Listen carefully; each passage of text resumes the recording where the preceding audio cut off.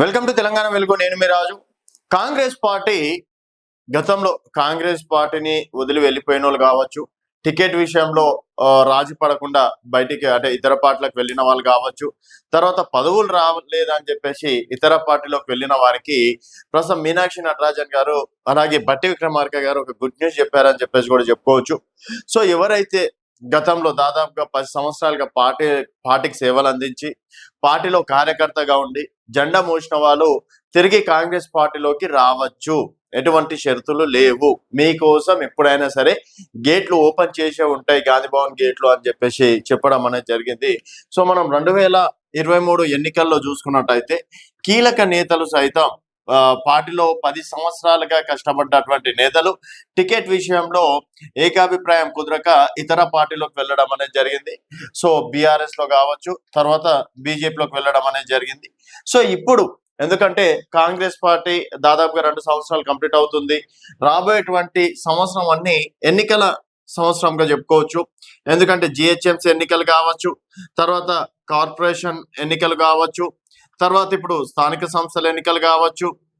ఒకవేళ ఈ 10 నియోజకవర్గాల్లో, ఎందుకంటే 10 నియోజకవర్గాల్లో కూడా ఎవరైతే బీఆర్ఎస్ నుంచి కాంగ్రెస్ లోకి వెళ్ళారో వారి పరిస్థితి అయోమయంగానే ఉంది. అందుకని చెప్పేసి మళ్ళీ తిరిగి పాత క్యాడర్ ని కనుక కాంగ్రెస్ పార్టీలోకి చేర్చుకుంటే కాంగ్రెస్ పార్టీకి మరింత బలం చేకూర్చినట్లయితది, అలాగే బీఆర్ఎస్ కి బీజేపీకి ఒక రకంగా దెబ్బకొట్టినట్లు అవుతుంది అని చెప్పేసి ఆపరేషన్ ఆకర్ష్ స్టార్ట్ చేయడం అనేది కూడా జరిగింది. మరి బీఆర్ఎస్ పార్టీలోకి వెళ్ళినటువంటి కొంతమంది ప్రస్తుతం కీలక పదవుల్లోనే ఉన్నారు, వాళ్ళకి ప్రిఫరెన్స్ బాగానే ఇస్తున్నారు.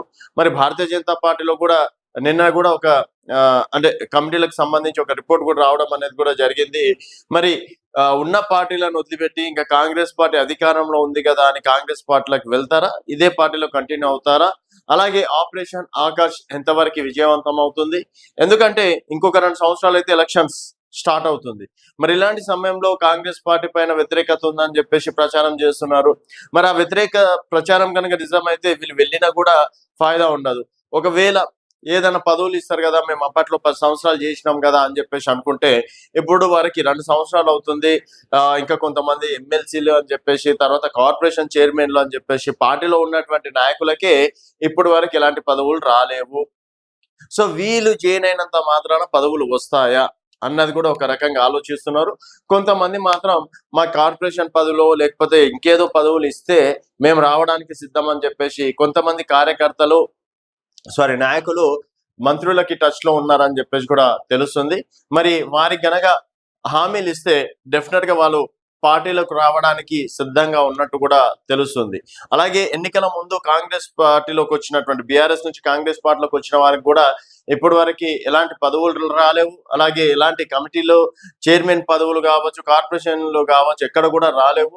సో ముందు వాళ్ళ పని వాళ్ళని సెట్ చేసిన తర్వాత వీళ్ళని పిలిస్తే బాగుంటుంది అన్నట్టు కూడా మరో రకంగా ఆలోచనలు చేస్తున్నారు. చూడాలి మరి ఈ చేరికలు ఎంతవరకు సక్సెస్ అవుతుందా లేదా అనేది వెయిట్ చేయాల్సిన విషయం. చూస్తూనే ఉండండి తెలంగాణ వెలుగు.